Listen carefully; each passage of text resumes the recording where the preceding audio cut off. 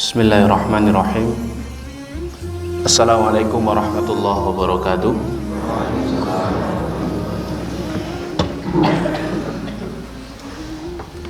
Innal hamdalillah wassalatu wassalamu ala Rasulillah wa ala alihi wa ashabihi wa man walah. Asyhadu an la ilaha illallah wahdahu la syarikalah. Asyhadu anna Muhammadan abduhu wa rasuluhu la nabiyya wa la rasula ba'dah.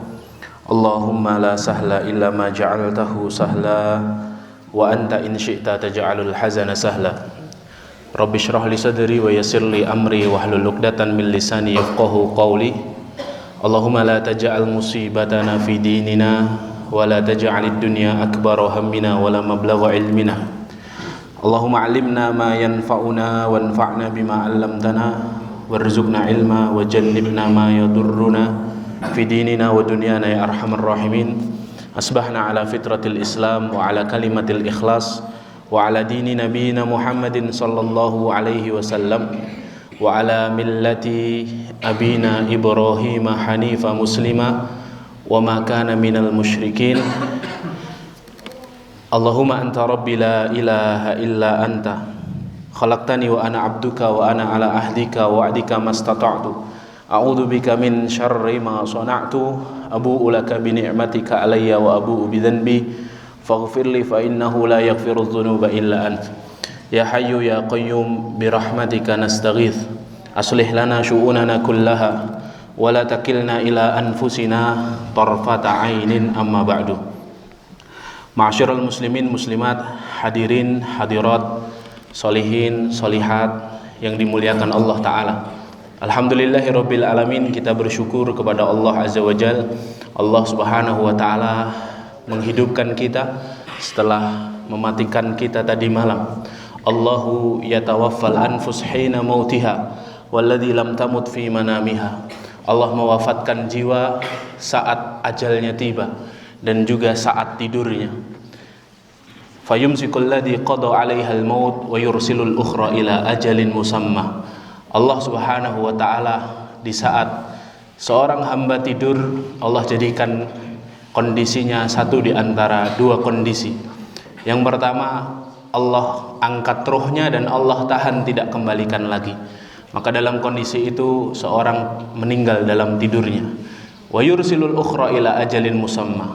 Tapi ada juga ruh yang dikembalikan ke dalam jasadnya sampai akhirnya dia bisa melanjutkan kehidupan ila ajalin musamma, sampai waktu yang ditentukan Allah Subhanahu wa ta'ala. Dan itulah kita, nasib yang kedua. Allah memperkenankan dan memberikan kesempatan kita untuk bisa melanjutkan kehidupan. Pada kesempatan hari ini Allah Subhanahu wa ta'ala sambung kehidupan kita agar kita dapat mencari bekal amalan solih dan ketaatan sebanyak-banyaknya, sehingga kelak menjadi sebab Allah Subhanahu wa ta'ala merahmati kita dan memasukkan kita ke dalam surga. Makanya Rasulullah sallallahu alaihi wasallam mengajarkan satu doa untuk sahabat Jundub bin Junadah, Abu Dzar Al-Ghifari radhiyallahu anhu. Ketika dirimu bangun dari tidur, berdoalah dengan doa alhamdulillahilladzi ahyana ba'dama amatana wa ilaihin nusyur. Alhamdulillah, segala puji bagi Allah, alladzi ahyana, yang telah menghidupkan kami, ba'dama amatana, setelah mematikan kami semalam, wa ilaihin nusyur, dan kepadanya lah kami akan kembali, kepadanya lah kita akan kembali kepada Allah. Dalam doa ini diisyaratkan bahwa Rasulullah memilih padanan kata kembali dengan kalimat an-nusyur, bukan dengan kalimat raji'un. Padahal bisa saja menggunakan wa ilaihi raji'un, dan kepadanya kami akan kembali. Tapi Rasulullah memilih kalimat an-nusyur. An-nusyur berasal dari kata nasyara, artinya menyebar. Kita diminta Allah Subhanahu wa ta'ala untuk menyebar, untuk akhirnya nanti kembali kepada Allah Subhanahu wa ta'ala.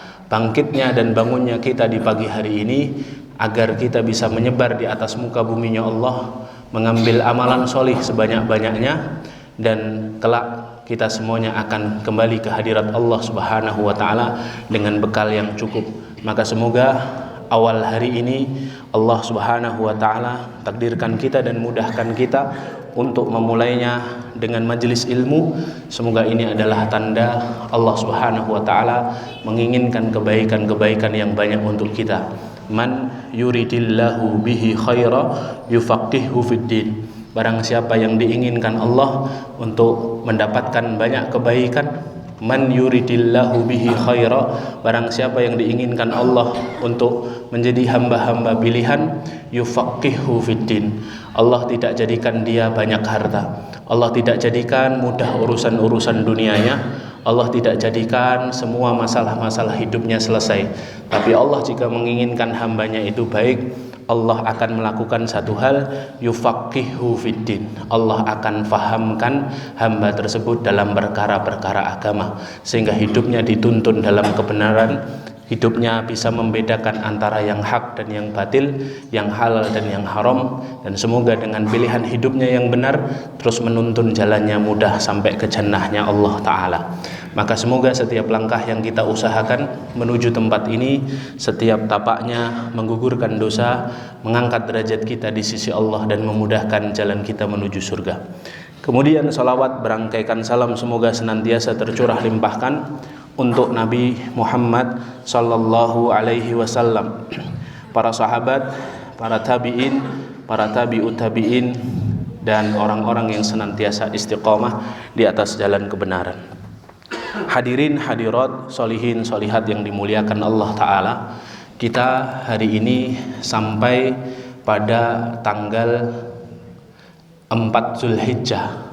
Bagi yang memulai Zulhijjahnya hari Kamis, kalau yang memulainya hari Jumat, maka ini sudah tanggal 3 Zulhijjah. Kita sama tahu bahwa Allah mengkhususkan bulan-bulan mulia di dalam Al-Quran, di mana Allah Subhanahu wa taala berfirman di dalam ayatnya surah At-Taubah ayat ke-36, A'udzu billahi minasyaitonir rajim. Inna iddatash syuhuri indallahi 12 syahran fi kitabillahi yauma khalaqas samawati wal ard minha arba'atun hurum. Sesungguhnya bilangan bulan dalam satu tahun itu ada 12 bulan, kata Allah, sejak Allah menciptakan langit dan bumi. Dari 12 bulan itu, minha arba'atun hurum, ada 4 bulan yang mulia, ada 4 bulan haram di dalamnya. 4 bulan haram ini bulan-bulan yang istimewa, yang menurut keterangan para ulama, setiap amalan solih yang dikerjakan di dalamnya pahalanya berlipat ganda.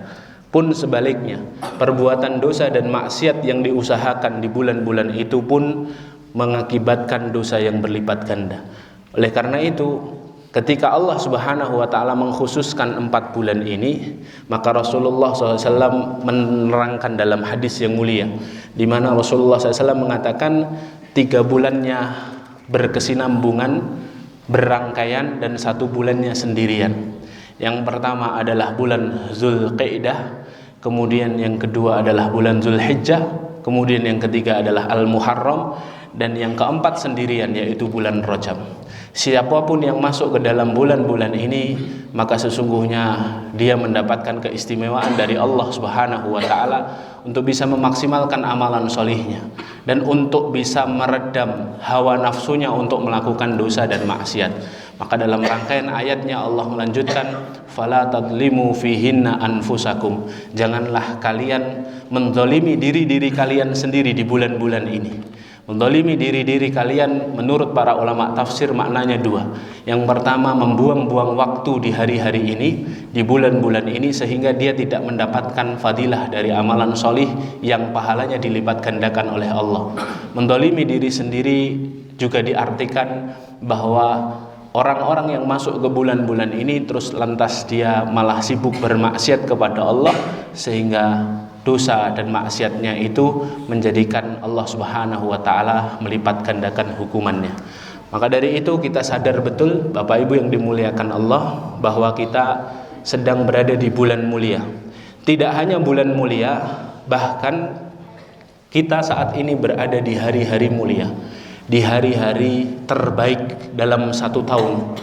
Al-Hasan Al-Basri rahimahullahu ta'ala, seorang ulama tabi'in wafat 110 Hijriah, beliau mengatakan bahwa 10 hari pertama bulan Zulhijjah adalah hari-hari terbaik dalam satu tahun, bilal istisna, tanpa pengecualian. Tidak ada hari yang lebih baik dibandingkan 10 hari pertama bulan Zulhijjah. Buktinya Allah Subhanahu wa ta'ala bersumpah dengan hari-hari ini.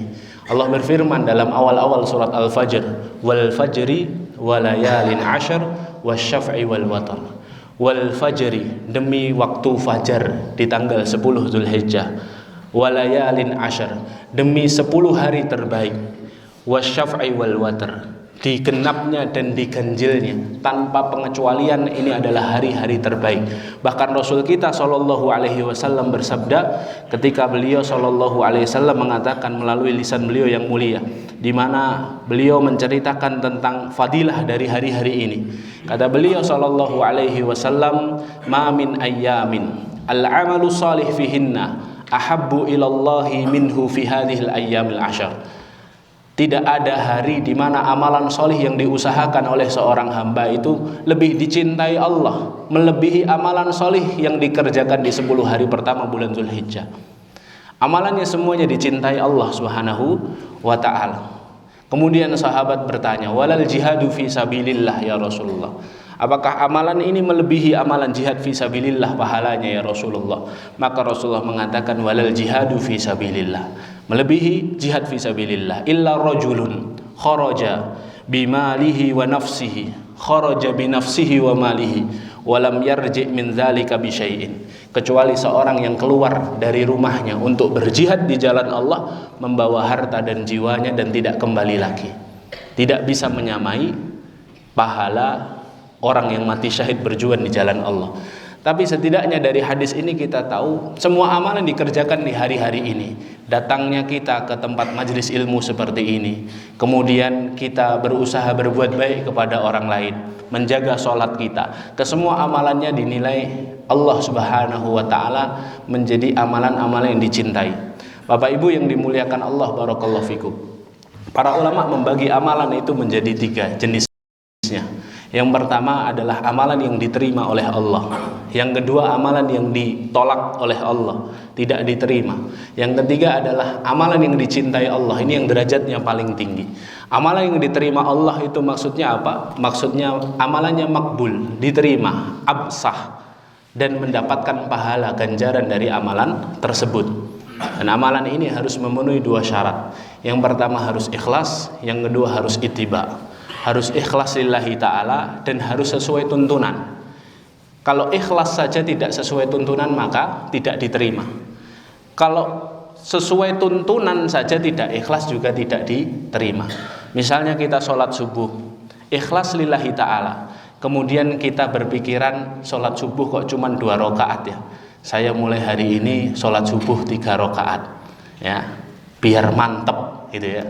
Saya kalau cuma 2 rakaat itu kayak ganjel ya. Terus akhirnya dia sholat subuh 3 rakaat. Diterima tidak? Tidak diterima, karena dia hanya ikhlas tapi tidak sesuai tuntunan. Begitu juga sebaliknya, ketika seorang itu sesuai tuntunan, sholat subuh 2 rakaat berjamaah di masjid bersama imam dengan sifat-sifat sholat sesuai dengan sifat sholatnya Nabi SAW, tapi terus sholatnya ini bukan untuk Allah, sholatnya untuk calon mertua yang satu soft dengan dia, sholatnya untuk dosen pembimbing yang ada di sampingnya. Dia lama-lamain sholatnya agar dosen pembimbingnya tahu bahwa saya ini orang baik, sehingga nanti dimudahkan skripsi saya. Nah yang seperti ini hadirin dimuliakan Allah juga ditolak oleh Allah Subhanahu wa ta'ala, tidak diterima. Secapek apapun tidak menghasilkan pahala. Ini jenis amalan yang pertama. Amalan yang kedua disebut dengan amalan yang ditolak, tidak diterima oleh Allah, mardud, ditolak oleh Allah Subhanahu wa ta'ala, tidak bernilai pahala walaupun secapek apapun dia. Makanya Allah sebutkan cerita tentang hari kiamat di dalam surah Al-Ghasyiyah yang setiap Jumat dibaca oleh imam ketika sholat Jumat. Hal ataka hadisul ghasyiyah, apakah telah datang kepada kalian berita cerita tentang hari kiamat? Wujuhu yawma idin khasyiah, pada hari itu wajah-wajah takut dan khawatir. Kenapa mereka takut dan khawatir?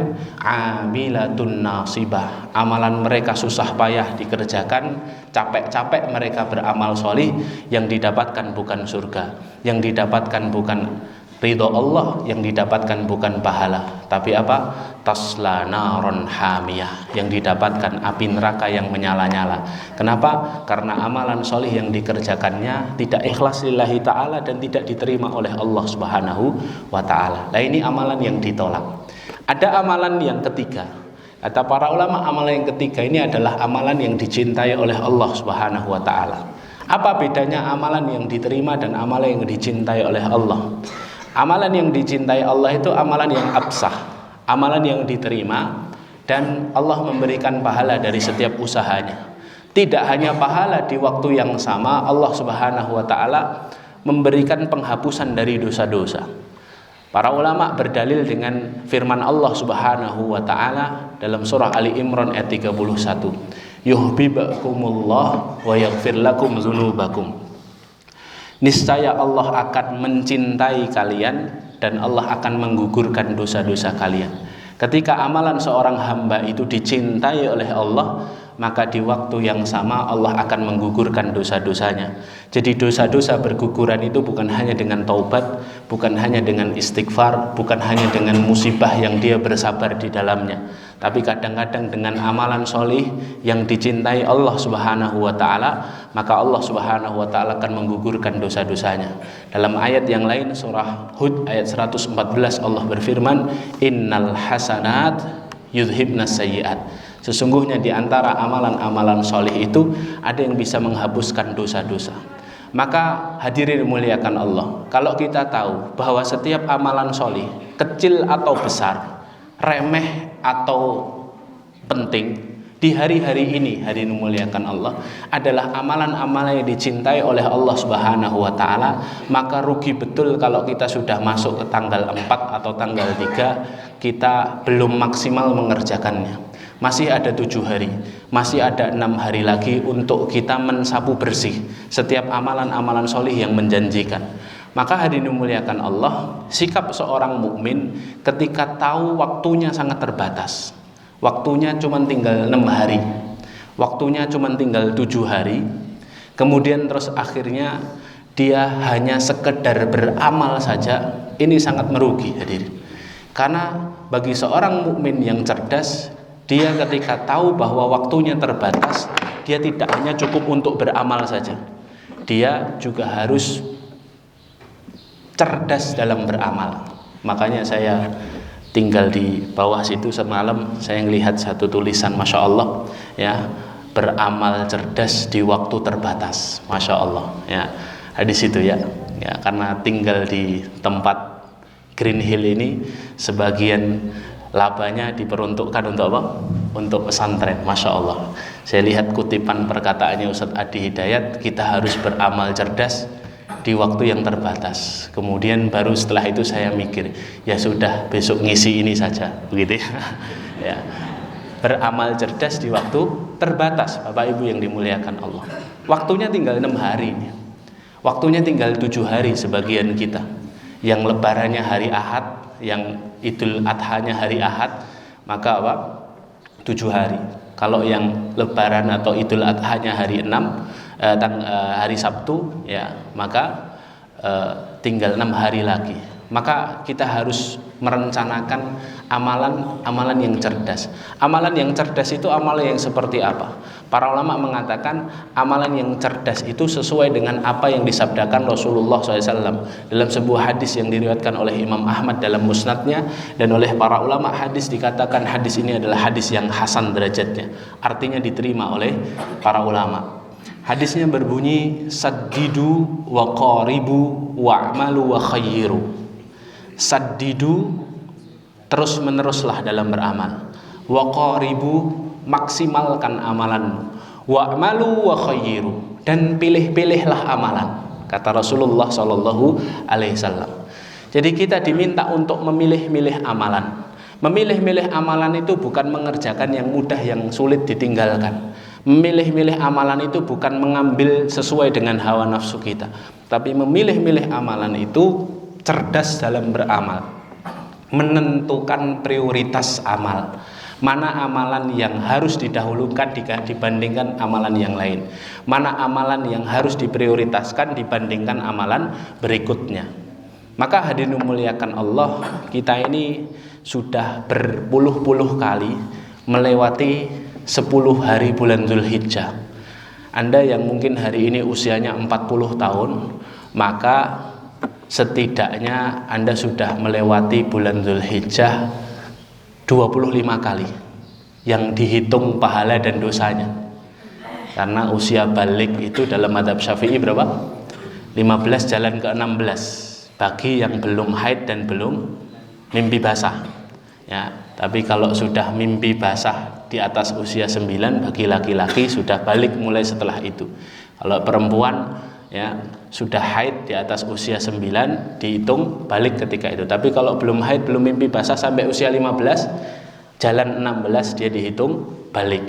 Nah, kita hitung saja usia 15. Kalau usia kita 40 tahun hari ini, berarti kita secara praktis sudah melewati 10 pertama bulan Dzulhijjah ini 25 kali. Ya, yang resmi, yang official itu 25 kali. Ya. 25 kali ini ya, seringkali kita hanya melewati begitu saja. Dalam benak kita, bulan Dzulhijjah itu yang penting tanggal 10 saya berkurban, tanggal 9-nya saya puasa Arafah. Untung-untung kalau saya bisa nabung, saya bisa berhaji. Ya, selama ini kita mengira fadilah atau keutamaan bulan Dzulhijjah itu hanya ada di tanggal 9-10-nya atau di hari-hari tasyriknya. Padahal hadirin muliakan Allah, justru para ulama itu membahas fadilahnya, keutamaannya itu ada di 10 hari pertama. Tidak hanya tanggal 9 dan 10, tapi tanggal 1 sampai 10-nya. Dan banyak di antara kita yang hanya melewatkan hari-hari ini begitu saja dengan amalan-amalan yang gerambiang. Tahu amalan yang gerambiang, Pak? Amalan yang sesuai kepinginan kita saja, sesuai ajakan orang. Temannya sedekah, kita ikut sedekah. Temannya sholat, kita ikut sholat. Tetangganya pengajian, kita ikut pengajian. Nanti giliran temannya tidak sodakoh, kita tidak sodakoh. Temannya tidak sholat, kita ikut tidak sholat. Temannya libur pengajian, kita juga ikut libur pengajian. Kenapa bisa demikian? Karena kita khawatir hadirin muliakan Allah, kalau amalan kita hanya ikut-ikutan, ya hasilnya tidak begitu istimewa. Makanya Rasulullah tadi mengatakan wa'malu wa khayyiru. Kalau waktunya terbatas, kalau konteksnya bukan hanya Dzulhijjah, konteksnya kita ini masih punya sisa usia, kita pun tidak pernah tahu kapan meninggal, Pak. Kematian itu kan rahasia Allah. Bisa 1 hari lagi, bisa 1 pekan lagi, bisa 1 bulan lagi, bisa 1 tahun atau 10 tahun lagi. Berapa banyak orang yang masih muda, sehat, jasmaninya bugar, pagi harinya masih olahraga, siang harinya dikabarkan meninggal.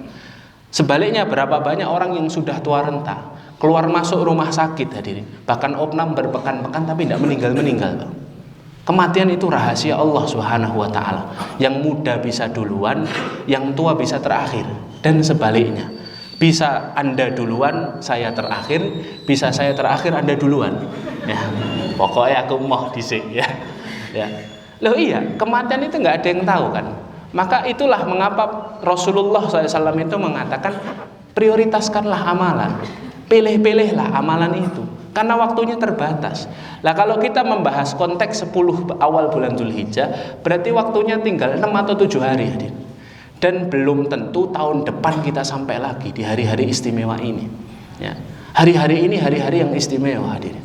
Bahkan para ulama mengatakan istimewanya hari-hari ini melebihi istimewanya hari-hari di bulan Ramadan hadir. Hanya para ulama membahas malam-malam terbaik tetap malam-malam 10 hari terakhir bulan Ramadan. Walaupun sebagian ulama lain mengatakan tetap yang terbaik adalah malam-malam 10 awal Dzulhijjah. Karena Ramadan 10 akhir Ramadannya Lailatul Qadarnya hanya 1 malam. Adapun 10 awal Dzulhijjah 10 malamnya semuanya Allah bersumpah dengannya. Jadi intinya hari dimuliakan Allah ini hari-hari yang istimewa dan harus kita beramal secara cerdas. Beramal secara cerdas tadi sudah dijelaskan dalam hadis, menentukan prioritas amal. Lah saya sekarang berhadapan dengan para alumni Dzulhijjah ini, Pak. Ya, kalau Anda yang usianya 40 tahun, Bu, atau mungkin lebih, berarti Anda sudah 25 kali melewati Zulhijjah. Kalau disamakan dengan strata pendidikan, sudah doktor itu. Ya, sudah doktor. 4 tahun, 6 tahun SD, 3 tahun SMP, 3 tahun SMA, 12 tahun, S1-nya 4 tahun, S2-nya hitung aja 4 tahun 20, doktor 4 tahun, 24 tahun. Berarti saya berhadapan dengan doktor Zulhijjah ini. Masya Allah. Sekarang saya ingin bertanya kepada Bapak Ibu yang dimuliakan Allah, amalan apa yang paling prioritas dilakukan di 10 awal bulan Zulhijjah ini? Ada yang tahu hadirin? Amalan yang paling prioritas apa? Saum. Ada yang lain? Kalau saya masih bilang ada yang lain berarti belum tepat, ya. Ada yang lain? Apa ini? 10 awal Dzulhijjah ini. Ya. Apa ibu-ibu? Apa? Berkurban? Ada yang lain? Ya. Amalan prioritas yang harus didahulukan di 10 pertama bulan Dzulhijjah ini, para ulama sepakat ijma bahwa amalan yang paling prioritas didahulukan adalah amalan-amalan yang hukumnya wajib, hadirin. Amalan-amalan wajib. Persiapan diri untuk memantapkan di hukum Arafah berdoa. Oh ya, Masya Allah. Itu kan yang wajib cuman yang haji, Pak. Kalau kita wukufnya di mana? Ya kan, wukufnya di Blumbang, ya. Jadi amalan yang paling wajib, amalan yang paling prioritas, mohon maaf, adalah, kata para ulama, adalah amalan-amalan yang hukumnya wajib. Kalau kita tentukan prioritas amal itu diurutkan, yang pertama itu amalan wajib dulu, ya. Dan para ulama sepakat tidak ada amalan-amalan sunnah yang pahalanya bisa melebihi pahala amalan wajib. Sholat malam semalam suntuk pahalanya tidak bisa melebihi pahala sholat subuh 2 rakaat tadi. Karena sholat malam itu amalan sunnah, sholat subuh itu amalan wajib. Bahkan ada syair Arab yang berkata, derayan air matamu di malam hari untuk sholat tahajud, ketika kamu sholat tahajud di dinginnya malam, ya, tidak lebih mulia daripada tetesan keringatmu ketika kamu mengerjakan sholat duhur di bawah terik matahari. Kenapa? Karena sholat malam sunnah, sholat duhur wajib, ya. Makanya kata para ulama, amalan yang pertama itu yang harus diprioritaskan amalan-amalan wajib. Nah, sekarang saya tanya lagi, kalau kita sepakat bahwa amalan wajib itu pahalanya besar, ya, bahkan para ulama itu mengilustrasikan kalau sholat qobliyah subuh 2 rakaat itu pahalanya khairun minad dunya wa ma fiha, lebih baik daripada dunia seisinya. Gimana dengan pahala sholat subuhnya, Pak? Pasti lebih besar daripada itu, karena sholat subuhnya amalan wajib, sholat qobliyahnya amalan sunnah, ya. Nah, saya sekarang ingin tanya kepada Bapak Ibu yang dimuliakan Allah, amalan wajib yang paling prioritas itu apa? Ini lebih mengerucut ini, ya. Sholat. Kalau ada yang lain, kalau ada yang lain berarti masih belum benar, ya. Apa? Ini kita penting ini untuk menentukan prioritas amal, ya. Ini saya pakai ini boleh, ya? Wah, ini tidak bisa, ini ya, bisa tak? Akhi. Oh, panjang ya, Masya Allah. Nah, kita tulis ya, prioritas amal. Mati. Ya, Insya Allah. Prioritas amal.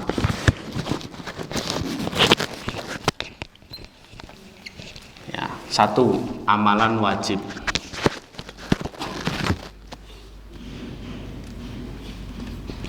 Amalan wajib yang paling utama apa? Tadi bilang sholat. Apa lagi? Ayo hadirin, kalau tidak ada yang jawab tidak selesai ini. Ini sampai jam 7 tok toh ini, Pak. Hah?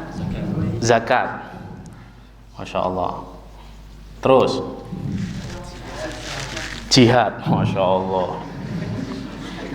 Live lo nih saya lo ya. Ya, jihad. Terus haji. Masya Allah. Kalau masih masuk di kolom ini berarti belum benar hadirin. Ya. Kata para ulama, langsung aja lah biar cepet ya. Kata para ulama, amalan wajib yang paling prioritas itu adalah menjaga amalan-amalan hati hadirin. Menjaga amalan-amalan hati. Ibnu Taimiyah, Ibnul Qayyim, bahkan Imam Al-Ghazali, kemudian Ibnu Rajab dalam kitab-kitab mereka rahimahumullah mengatakan amalan hati, para ulama ijma, para amalan hati itu lebih utama daripada amalan-amalan fisik atau amalan-amalan zahir. Kenapa? Karena amalan zahir itu tidak begitu bernilai kalau amalan hatinya bermasalah hadirin. Ya. Dan amalan hati yang paling harus dijaga di waktu-waktu terbatas seperti ini adalah menjaga keikhlasan. Nomor satu nih.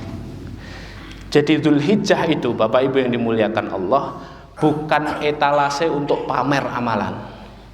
10 Dzulhijjah ini bukan ajang untuk pamer amalan. Karena ini hari-hari berkualitas. Pastikan semua amalan kita itu untuk Allah saja, bukan untuk yang lain. Sudah tidak zaman 10 Dzulhijjah untuk pamer binatang kurban, itu sudah tidak zaman lagi. Ya. Jadi 10 awal Dzulhijjah ini pastikan semua amalan kita ikhlas lillahi ta'ala. Tapi masalahnya kita ini hidup di zaman semua orang ingin memamerkan amal hadir. Ya. Dan fasilitasnya ada. Wah, bikin story WA kayak sepur, Pak. Titik-titik wokeh ya. Dari mulai bangun tidur bikin story dia. Alhamdulillah sepertiga malam terakhir yang begitu syahdu, bikin status ya. Terus foto keran, screen dinginnya malam ya, membuat saya tetap memaksakan diri untuk berwudu. Foto keran hadirin. Ya. Ya. Kemudian pas sholat, pas sujud, selfie dia. Alhamdulillah sujud kepadamu ya Robbi. Masya Allah. OTW masjid sholat subuh, jalannya difoto dia. Ya. OTW ke masjid. Habis subuh ada pengajian ustadznya belum datang, mejanya dipoto, menunggu sang ustadz. Masya Allah ya. Ustadznya datang dipoto lagi bersama Ustadz Umar, hafidhahullah. Masya Allah. Ya. Kemudian ustadznya sudah pulang, dipoto lagi. Kemudian dikasih hashtag dibuang sayang gitu ya, tapi diupload gitu ya. Masya Allah, rintik-rintik hadirin. Dari mulai jam 3 pagi sampai 9 malam sebelum tidur moto langit-langit kamarnya. Ya, sebelum tidur muhasabah dulu akhi. Masya Allah. Ya, semua amalan dipamerkan. Lah hadirin dimuliakan Allah, kalau semua amalan dipamerkan, kemudian yang untuk Allah yang mana? Kalau semuanya untuk manusia terus yang untuk Allah mana? Ya, yang untuk Allah mana? Ya. Makanya harusnya kita ini punya amalan-amalan yang memang harus kita sembunyikan, tidak kita nampak-nampak. Loh, niat saya kan dakwah Ustaz. Memang dakwah, menginspirasi orang. Dengan pamer amalan itu memang beda-beda tipis hadir. Dan sulit menjaga hati itu hadir. Makanya Rasulullah itu kan mengatakan innallaha yuhibbul abdat taqiyal khafi gitu kan. Sungguhnya Allah mencintai hamba yang bertakwa dan menyembunyikan ketakwaannya. Ya. Man istata'a an yakuna lakumul khib'un minal amali sholih faf'al. Barang siapa di antara kalian yang mampu untuk menyembunyikan amalannya maka lakukanlah. Untuk apa? Untuk menjaga hati hadir. Untuk menjaga hati. Ya. Dulu ada seorang ulama tabi'in namanya Abdurrahman bin Abi Layla. Beliau ini diriwayatkan oleh murid-muridnya. Beliau ini orang yang sangat berhati-hati menyembunyikan amalannya hadir. Ya, sampai disebutkan dalam riwayat itu Abdurrahman bin Abi Layla kalau malam sholat malam di kamarnya, ya, faida dakhala alaihi dakhil, kemudian beliau mendengarkan ada derap langkah kaki masuk ke kamarnya, entah temannya atau keluarganya, qata'a sholatahu, beliau memotong sholatnya, batalin sholatnya, terus pura-pura tidur hadir. Kemudian orang ini yang mau masuk ke kamarnya beliau melihat beliau sedang tidur itu geleng-geleng. Hadzal rajul katanya, ini orang ya ghalibu waqtihi an-naum, ya semua malamnya digunakan untuk tidur, kerjaannya cuma tidur tok. Tapi Abdurrahman bin Abi Laila ketika dapat komentar seperti itu, dia tenang dalam keterpura-puraannya. Kalau kita ya sholat malam, ada orang mau masuk, wow, kerasin bacaannya dong. Kesempatan kapan lagi nih, ya kan? Ya. Pura-pura tidur, terus orangnya komen jelek sama kita, bangun kita. Apa-apaan kamu tuh? Aslinya saya tadi bangun, karena cuman takut riak saja sama kamu, malah jadi apa? Malah jadi nggak bener. Ini hadirin, ya, jaga keikhlasan, hadirin. Pastikan amalan kita untuk Allah saja, jangan untuk orang lain. Kenapa setiap kali kita beramal itu ketika dikomentari buruk sama manusia, itu kok kadang-kala kita kecewa ya? Kadang-kala nggak terima ya. Kenapa kok bisa seperti itu? Karena mungkin niatnya bukan untuk Allah, hadirin. Kalau untuk Allah nggak ada kecewa, hadirin. Kalau untuk Allah nggak ada rasa sedih kalau dikomentari manusia. Kan begitu kan teori kecewa. Ini saya ajari teori kecewa, Pak. Teori kecewa.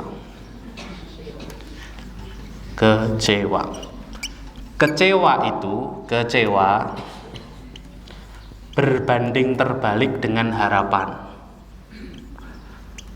Kalau harapan kita tidak terpenuhi, boleh kecewa. Tapi kalau harapan kita terpenuhi, tidak boleh kecewa. Ya, tidak boleh kecewa. Kalau kita beramal, dikomentari orang, kok kita nggak terima? Jangan-jangan memang harapan kita bukan Allah, tapi harapan kita manusia. Kayak gini analoginya, Bang. Jenengan sudah ngumpulin uang untuk belikan motor Vario 2022 untuk anak Anda mau kuliah. Sudah ngumpulkan uang mau beli cash, enggak kredit tanpa riba, ya. Kemudian datang ke dealer Honda kan, Vario Honda ya. Datang di situ ketemu sama mbak-mbak dealernya. Di situ sudah ada stok motor Vario jejer-jejer yang Anda mau beli. Kemudian Anda datang terus bilang ke mbaknya, Mbak, saya mau beli motor Vario keluaran terbaru. Yang warnanya apa, Pak? Ya, yang warnanya merah. Anda lihat di situ ada warna merah banyak. Kemudian mbaknya bilang begini, mohon maaf Pak, Supranya stoknya habis Pak, baru ada tahun depan. Jenengan mau beli Vario, terus dijawabi sama mbaknya itu, mbuh karena mbaknya krungu apa enggak, pokoknya jawabnya Supranya stoknya habis Pak. Jenengan kecewa enggak? Kecewa atau tidak?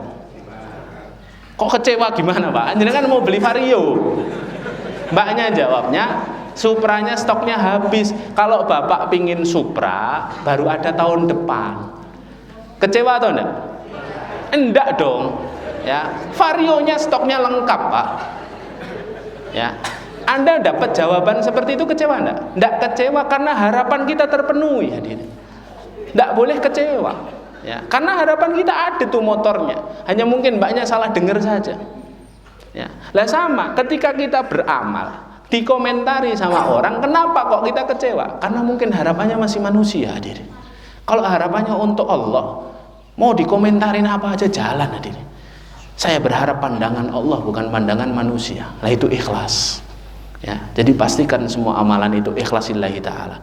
Cepat-cepat hadirin, amalan hati. Kemudian selanjutnya baru amalan-amalan zahir. Amalan zahir, amalan yang nampak.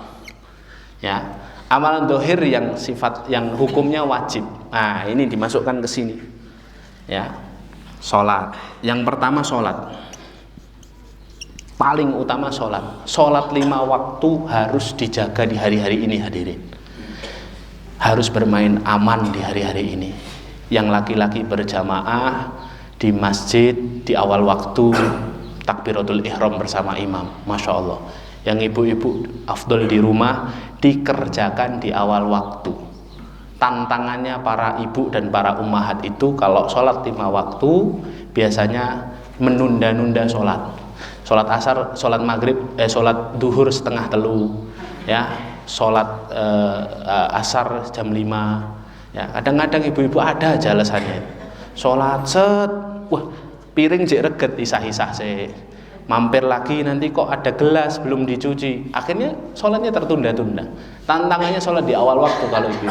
Jaga sholat 5 waktu. Kenapa kok sholat dulu Ustaz sebelum yang lain? Karena sebagian ulama mengatakan semua amalan seorang hamba tidak diterima kalau tidak sholat tadi.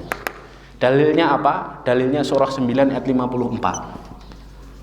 Wa ma mana'ahum an tuqbala minhum nafaqatuhum illa annahum kafaru billahi wa birrasulih wa la ya'tunas salata. Tidak ada yang bisa menghalang-halangi pahala infak kalian diterima oleh Allah Subhanahu wa taala sampai kepada Allah kecuali 2. 1, kafir. Orang sedermawan apapun kalau dia kufur, dia kafir, maka amalannya tidak diterima sama Allah. Yang kedua, tidak sholat. Wala ya'tuna sholata illa wahum kusala. Tidak sholat. Orang tidak sholat, tidak diterima amalannya, Pak. Kami punya jamaah di kota Solo, cerita, Ustadz, saya ini punya suami, orangnya dekat dengan para ustadz, dekat dengan para ulama, amalannya banyak, bangun pesantren, bangun masjid. Tapi satu Ustaz, saya sedihnya. Kenapa? Belum mau sholat Ustaz, suami saya. Lah kok tidak mau sholat, Bu? Iya, beliau berpikiran, loh masjidku kan wis oke, orang-orang sholat di situ, masa aku nggak dapat pahala? Ya sudah cukup lah, insya Allah Allah mengampuni saya kan. Wah apa ini saya bilang ya. Bagus ini pemahamannya ini. Kemudian saya bilang, orang kalau beramal ya, belum sholat tidak diterima, Bu. Dalilnya ini ya, surah 9 ayat 54. Makanya sholat itu prioritas jadi. Parameter kebaikan seorang mukmin itu ada pada sholatnya. Kalau 5 waktu tidak bisa dijaga, apalagi yang lainnya. Makanya sahabat Umar radhiyallahu anhu berkata, man dhayya'aha fahuwa lima siwaha adiyah. Barang siapa yang meremeh-remehkan sholat, pasti urusan lain di luar sholat lebih meremehkan. Barang siapa yang meremeh-remehkan sholat, bisa dikerjakan di awal waktu, milih di akhir waktu. Bisa dikerjakan di masjid, milih di rumah bagi laki-laki. Bisa dikerjakan berjamaah, milih sendirian. Pasti urusan lain di luar sholat lebih meremehkan dia. Seorang ayah tidak mungkin jadi ayah yang bertanggung jawab kepada anak-anaknya kalau meremehkan sholat. Seorang ibu tidak mungkin akan mendidik anaknya dengan baik kalau dia meremehkan sholat. Seorang anak tidak akan mungkin berbakti kepada orang tuanya kalau dia meremehkan sholat. Seorang atasan tidak akan mungkin menjaga bawahannya kalau dia meremehkan sholat. Pun seorang bawahan, seorang karyawan tidak akan mungkin bertanggung jawab atas tugas-tugasnya kalau dia meremehkan sholat. Maka para ulama salaf dulu ketika datang seorang laki-laki untuk meminang dan mengkhidbah anak perempuannya, mereka itu gampang Pak, dicek sholatnya dulu, hubungannya sama Allah dulu ya. Dan tanyanya bukan kue sholat apa orali, enggak. Oh gitu dijawab sholat Pak ya, sholat. Tapi caranya bagaimana? Rumahmu mana? Kemudian dia dikasih tahu, oh rumah saya alamatnya sana. Oh ya sudah, silahkan pulang. Besok subuhnya calon mertuanya ini, calon bapaknya cari lokasi rumahnya Pak, tembak GPS, tes, wah dapat rumah. Kemudian cari masjid terdekat, dapat masjid terdekat. Kemudian si bapak, si calon mertua ini datang ke masjid itu, melihat ini si pemuda nampak enggak nih, subuh-subuh nampak enggak nih ya. Begitu caranya Pak, tipsnya begitu. Oh nampak, berarti dia ahlus sholat ya. Kalau Allahnya saja dijaga, apalagi anak saya pasti dijaga. Tapi kalau tidak ketemu subuh kok tidak ada, loh, di bocah itu jangan langsung divonis tidak sholat Pak. Mungkin jenengan salah masjid, masjidnya oke, ya. Atau memang masjidnya satu itu, atau masjidnya satu itu, tapi mungkin dia pagi itu sakit perut, gitu ya, sehingga nggak ke masjid. Jadi hari kedua cek lagi, hari ketiga cek lagi. Jadi caranya memang begitu hadirin yang dimuliakan Allah. Hubungannya sama Allah dulu ya. Kalau Allahnya saja dijaga, apalagi anak kita, begitu kan. Nah yang pertama sholat hadirin ya. Sholat ini harus dijaga hadirin ya. Di hari-hari ini sholat itu pahalanya paling besar nih. Kemudian setelah itu baru masukkan yang punya zakat mal keluar Ramadan kemarin belum 1 haul, sekarang 1 haul keluarkan. Kemudian setelah zakat, puasa. Loh, ada puasa wajib Ustadz? Ada puasa wajib apa? Puasa qadha. Bagi yang ibu-ibu mungkin kemarin Ramadan haid ya, belum dibayar, bayar di waktu-waktu ini, waktu-waktu utama, dan ini amalan wajib. Makanya Ibnu Rajab dalam kitab Lataiful Ma'arif itu menyebutkan beberapa perkataan ulama. Beliau mengatakan ya, waktu terbaik untuk mengqadha puasa Ramadan itu 10 awal bulan Dzulhijjah. Maksudnya tanggal 1 sampai 9-nya ya. Tanggal 10-nya kan tidak boleh puasa. Ya. Jadi puasa 10 awal bulan Dzulhijjah ini untuk qadha. Bapak-bapak yang mungkin Ramadan kemarin sakit atau safar, masukkan di sini Pak, puasa. Ini amalan wajib ya. Kemudian apa? Setelah puasa, cari amalan-amalan yang lain. Oh, bisa jihad, Masya Allah, afdal ini jihad ya. Ya. Bisa jihad dengan dakwah, bisa jihad dengan berkontribusi untuk Islam ya, bangun pesantren dan lain sebagainya, dengan jihad harta kita, dengan jihad pemikiran. Ini amalan yang afdol ya. Kemudian di antara amalan wajib yang lain Anda sebutkan di sini ya. Haji ada syarat harus mampu. Kalau yang belum mampu ya tidak wajib haji. Kemudian misalnya amalan wajib itu yang sering kita lupakan, birrul walidain. Birrul walidain itu pahalanya gede banget. Apalagi dikerjakan di bulan-bulan haram, di 10 awal bulan Dzulhijjah. Birrul walidain itu hanya sekedar neraktir orang tua kita makan, ngasih hadiah tas, atau ngasih hadiah sendal. Wah, ini momen yang paling istimewa hadirin. Atau Anda yang di luar kota, ini kan ada para santri, telepon hadirin. Telepon, pinjam HP Ustadz, saya mau nelpon orang tua, hanya ingin mengkabarkan kondisi saya Ustadz di sini. Alhamdulillah ya, alhamdulillah ibu, bapak, saya di sini sehat. Ya, kalau yang sudah berkeluarga, alhamdulillah istri sehat, anak-anak sehat Pak. Doanya semoga bapak ibu juga sehat di sana. Alhamdulillah, Mi, saya di sini sudah nambah hafalan 1 lembar. Alhamdulillah. Itu senang hadirin. Itu birrul walidain. Dan itu amalan wajib hadirin. Pahalanya gede. Maka ini kita harus beramal cerdas di hari-hari ini. Birrul walidain. Kemudian bagi seorang suami apa amalannya Pak? Amalan wajibnya menafkahi istri itu amalan wajib hadirin.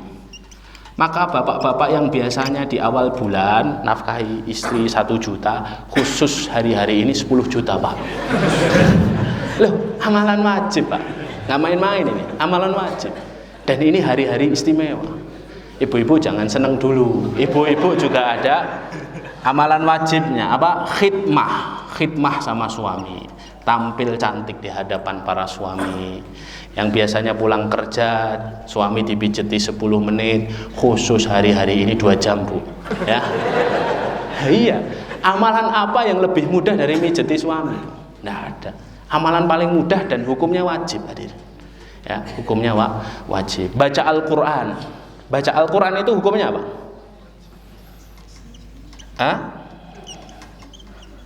Baca Al-Quran itu dalam kitab Tibyan Imam An-Nawawi mengatakan hukumnya fardu ya. Dalilnya apa Ustaz? Dalilnya surah Al-Ankabut ayat 45 ya. Dalilnya surah Al-Ankabut ayat 45. Allah menyandingkan sholat dengan membaca Al-Quran. Utlu ma uhiya ilaika minal kitabi wa aqimis sholah ya. Bacalah apa yang diwahyukan dari Alkitab, kemudian dirikanlah sholat. Disandingkan, digabungkan antara perintah sholat dengan baca Quran. Sekian para ulama mengatakan wajib. Bahkan Imam Ahmad itu dalam kitab Tibyan disebutkan, Imam Ahmad itu mengatakan makruh hukumnya seorang melewati 40 harinya tanpa mengkhatamkan sekali Al-Quran. Imam Ahmad kalau hidup di zaman kita geleng-geleng Pak ya. Ini 1 tahun nggak khatam 1 kali ya. Ya idealnya manusia-manusia akhir zaman kayak kita ini ya 1 kali khatam di bulan Ramadan, 1 kali khatam di luar Ramadan gitulah, setahun 2 kali lah, itu sudah mantap lah ya. Nah tapi harus ada hadirin ya, harus ada. Thalabul ilmi itu kan amalan wajib, harus nambah di hari-hari ini, harus diprioritaskan amalan wajib. Kemudian di antara amalan wajib yang disebutkan para ulama adalah meninggalkan yang haram-haram. meninggalkan yang haram itu amalan wajib. Stop dulu halakoh ghibahnya, stop dulu majelis nyinyirnya, ya. Jangan banyak membicarakan orang, ya. Jangan banyak berbuat yang sia-sia di hari-hari ini karena masuk dalam amalan wajib. Nah, amalan wajib kalau sudah dikerjakan semua, baru kemudian kita beralih di amalan yang kedua. Ya. Amalan yang kedua adalah amalan apa, Pak? Amalan sunnah. Amalan sunnah. Nah, jadi gini, Pak, jangan gerambiang dalam beramal, harus tahu prioritasnya, ya. Amalan sunnah. Ada banyak orang yang akhirnya mendahulukan amalan sunnah, terus amalan wajibnya malah ditinggalkan. Sholat malam semalam suntuk, jam 4 matanya sudah gini, hadirin. Kemudian bangun jam 6, hadirin. Ya, sholat malamnya terjaga, sholat subuhnya ketinggalan. Ini kan keliru nih, hadirin. Ya, sekali lagi tidak ada amalan sunnah yang pahalanya bisa menandingi pahala awal amalan-amalan wajib. Ya. Loh, dalilnya apa, Ustaz? Amalan wajib terus baru amalan sunnah. Dalilnya ada di Sahih Bukhari.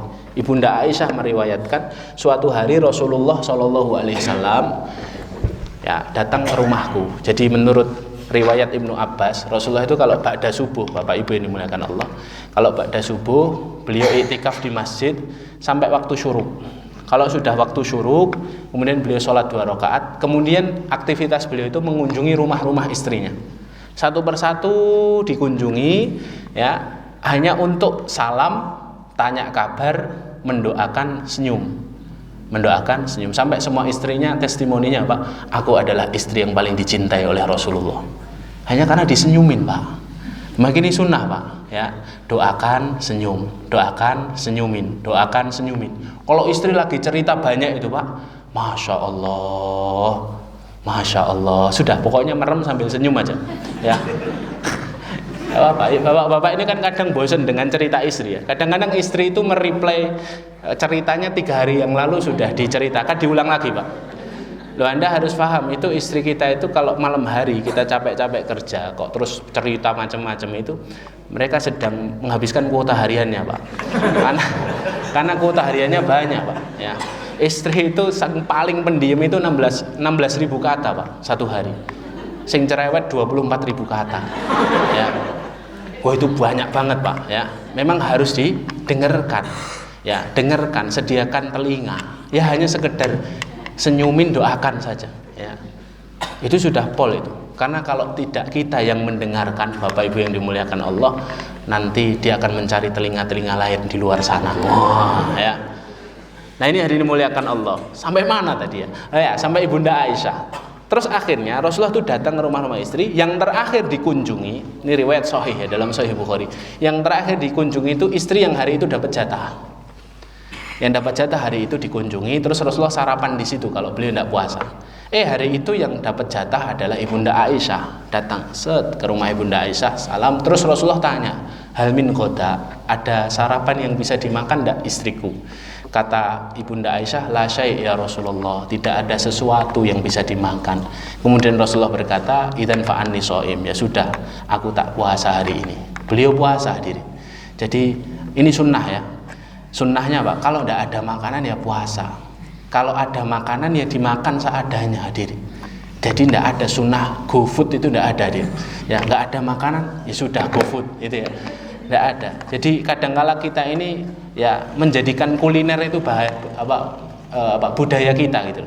Jadi opo-opo kudu kuliner gitu ya. Padahal tidak, hadirin. Rasulullah itu seorang pribadi yang sangat qanaah. Ketika tidak ada sudah puasa. Akhirnya hari itu puasa Rasulullah. Kemudian kata Ibunda Aisyah, beberapa hari kemudian datang kesempatanku lagi, jatahku lagi. Ketika itu Rasulullah mau masuk ke rumah Ibunda Aisyah itu sudah batin. Ini paling tidak ada apa-apa nih di rumahnya Aisyah. Akhirnya Rasulullah puasa, niat puasa.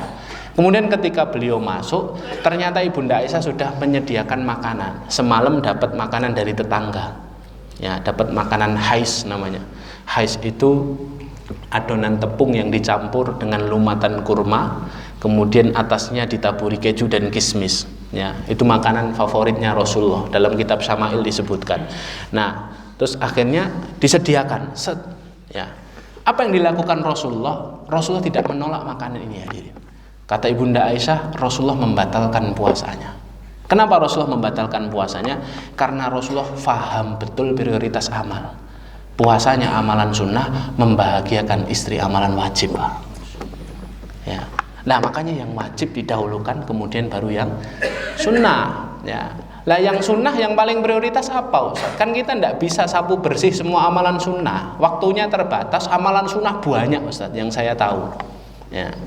Amalan sunnah yang paling prioritas adalah amalan sunnah yang waktunya terbatas, yang waktunya sempit. Kalau konteksnya 10 hari bulan Dzulhijjah, berarti amalan sunnah yang diprioritaskan adalah amalan-amalan sunnah spesialis 10 awal Dzulhijjah. Apa saja amalan sunnah? Ya Anda sebutkan. Satu, puasa tadi, puasa sunnah tanggal 1 sampai 9. Walaupun para ulama ikhtilaf Rasulullah itu puasanya tanggal 9 saja atau 99 harinya puasa, karena sebagian riwayat dari istri-istri Rasulullah mengatakan 1 sampai 9 Rasulullah puasa. Tapi perbanyak puasa sunnah itu baik kan di hari-hari istimewa ini. Kemudian yang kedua, di antara amalan sunnah ini di bulan Dzulhijjah di 10 awal, amalan spesialisnya adalah memperbanyak takbir, tahmid dan tahlil. Jadi ini banyak yang belum tahu ya, bahwa takbiran itu untuk bulan Dzulhijjah ini ketoknya saya kelamaan ini ya. Lama-lama mulai kabeh ini. Saya cepatkan aja ya. Ya, tapi yang mau ada urusan monggo, Pak. Silahkan. Ya, saya lanjutkan sedikit lagi. Ya. Takbir, tahmid, tahlil itu bukan hanya di tanggal 10, 11, 12, 13, Pak. Ada takbiran mutlak itu sejak mulai tanggal 1, dan itu mauquf dilakukan oleh para sahabat. Sahabat Abu Hurairah, sahabat Ibnu Umar itu mulai tanggal 1 sudah takbiran, datang ke pasar-pasar takbiran, karena itu amalan sunnah. Ya, amalan yang dikerjakan oleh ya Rasulullah dan para sahabat. Jadi takbiran itu juga amalan-amalan spesialis. Terus yang ketiga, misalnya menahan untuk tidak memotong kuku dan rambut untuk sahibul kurban, orang yang berkurban. Ya, hikmahnya apa? Di antara hikmahnya disebutkan ulama-ulama Syafi'iyah agar semakin banyak anggota tubuh kita yang terbebas dari api neraka. Makanya suruh tahan sampai hewan kita disembelih. Ya. Kemudian di antara amalan sunnah lainnya berkurban, hadirin. Yang tahun ini bisa berkurban, silahkan berkurban. Karena amalan berkurban itu amalan walaupun amalan sunnah, tapi ya sangat ditekankan oleh para ulama karena fadilahnya yang sangat besar. Ya. Biar bisa berkurban gimana caranya? Tipsnya 2 kata para ulama. 1, kuatkan azam. Harus ada niat dulu. Kalau azam sudah kuat maka jalan akan terbuka. Yang kedua, nabung, Pak. Ya. Saya selalu memberikan tips ini kepada para jamaah, karena sebenarnya berkorban itu insya Allah bisa. Ya.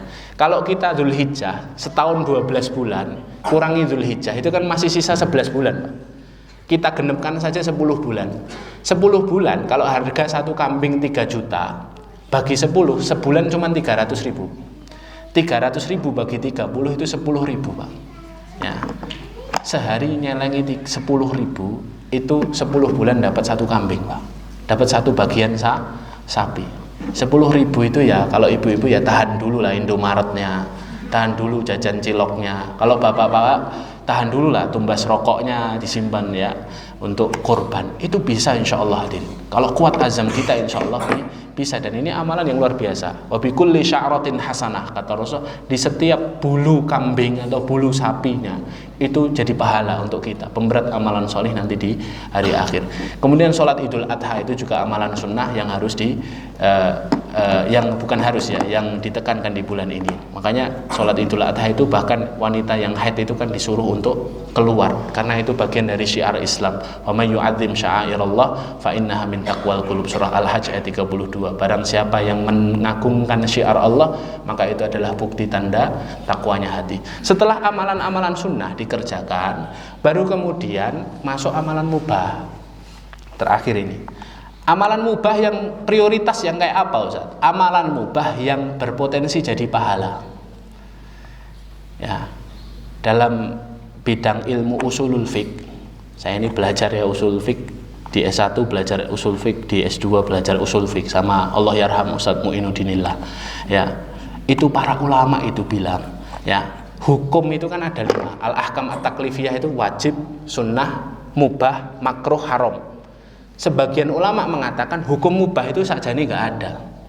Karena hukum mubah, amalan mubah itu ujung-ujungnya kalau tidak pahala ya dosa. Nggih napa mboten? Ngobrol kalau berfaedah jadi pahala. Padahal ngobrol itu kan mubah. Tapi kalau malah misuhi orang, ngibahi orang jadi dosa. Ya. Tidur itu bisa berpahala, bisa dosa. Kapan tidur berpahala? Tidur itu berpahala ketika kita tidur. Ya. Kita niatkan agar nanti malam bisa bangun, sholat malam, energi pulih kembali, agar bisa sholat subuh berjamaah. Itu jadi pahala. Tapi bisa jadi dosa ketika apa? Ketika sayup-sayup adzan asar berkumandang, lo kok ngantuk ya, terus akhirnya tidur, meninggalkan kewajiban, jadi dosa hadirin. Ya. Diem, amalan mubah pak, tapi diem itu bisa jadi pahala, bisa jadi dosa. Ya. Jenengan tadi kan diem, diemnya sekat mau batin ya Allah ustadz suwemen gak bubar-bubar, jadi dosa pak. Ya. Tapi kalau diemnya Masya Allah khidmat, mendengarkan ilmu, mencatat, terus berazam untuk mengamalkan jadi pahala. Makanya para ulama mengatakan setiap aktivitas kita itu berpotensi jadi ibadah di hadapan Allah, berpahala dengan 3 syarat. Amalan mubah itu jadi pahala, syaratnya 3 hadir. 1, tata niat untuk ibadah. Minum, kalau niatnya biar setelah minum saya baca Qur'annya tambah banyak, biar saya bisa beramal solih lebih segar, dapat pahala diri. Syarat pertama terpenuhi. Syarat yang kedua, sertakan Allah sebelum dan setelah beramal. Mulai dengan bismillah, tutup dengan alhamdulillah. Syarat yang ketiga, perhatikan adab sebelum, ketika, dan setelah beramal. Minum, adabnya duduk, dapat pahala. Tangan kanan dapat pahala. Mau minum kok panas, tidak boleh ditiup, dapat 3 pahala. Ditunggu sebentar sambil nunggu sama dzikir sobah, dapat 4 pahala. Sudah agak dingin, minum. Kita tahu sunnahnya tidak boleh 1 tenggak minum, kasih 3 nafas, dapat 5 pahala. Setelah minum, alhamdulillah. Apa sunnah berikutnya? Ucapkan jazakumullahu khairan kepada orang yang menyiapkan, istri kita, anak kita, atau saudara kita. Masya Allah hadirin, adabnya kalau dipenuhi jadi ibadah. Makanya hadirin dimuliakan Allah, inilah pentingnya menentukan prioritas amal, agar amalan kita itu betul-betul kita persembahkan untuk Allah, itu betul-betul amalan yang berkualitas hadirin. Makanya hadirin dimuliakan Allah, barakallahu fikum. Mari dengan ilmu ini, mari kita jadikan amalan kita itu betul-betul amalan yang cerdas, amalan yang betul-betul semoga dengan keikhlasan, dengan maksimal menentukan prioritas amal, kemudian Allah Subhanahu wa taala menerima amalan kita dan menjadikan amalan kita ini asbab Allah merahmati kita, dan dengan rahmatnya Allah memasukkan kita ke dalam surganya. Perlu adanya saling mengingatkan satu sama lain, amar ma'ruf satu sama lain untuk bisa mengerjakan amalan-amalan ini. Semoga Allah Subhanahu wa taala memudahkan kita semuanya dalam menyelesaikan sapu bersih 10 hari pertama bulan Dzulhijjah ini dengan kualitas yang lebih baik daripada sebelum-sebelumnya. Semoga Allah istiqomahkan kita, dan semoga Allah Subhanahu wa taala mudahkan kita menutup amalan-amalan kita dengan amalan yang baik, dan kita berdoa kepada Allah semoga Allah jadikan hari-hari kita sebagai hari-hari yang kelak menjadi saksi, hari-hari yang kelak menjadi hujah di hadapan Allah bahwa kita adalah orang-orang yang berusaha terus-menerus untuk taat dan bertakwa kepada Allah Azza wa Jalla. Barakallahu fikum. Ada pertanyaan? Tidak ada. Alhamdulillah, kita tutup dengan bacaan alhamdulillah dan kafaratul majlis. Alhamdulillahirabbil alamin. Subhanakallahumma bihamdika asyhadu an la ilaha illa anta astaghfiruka wa atubu ilaik. Nanti kalau tanya sama Ustadz Sanif aja, sama atau Ustadz Fajri ya, silakan. Kan ada majelis takon di sini ya. Ya, ada majelis takon ya. Jadi saya tidak berhak menjawab pertanyaan kecuali dengan jawaban wallahu a'lam bishawab. Assalamualaikum warahmatullahi wabarakatuh.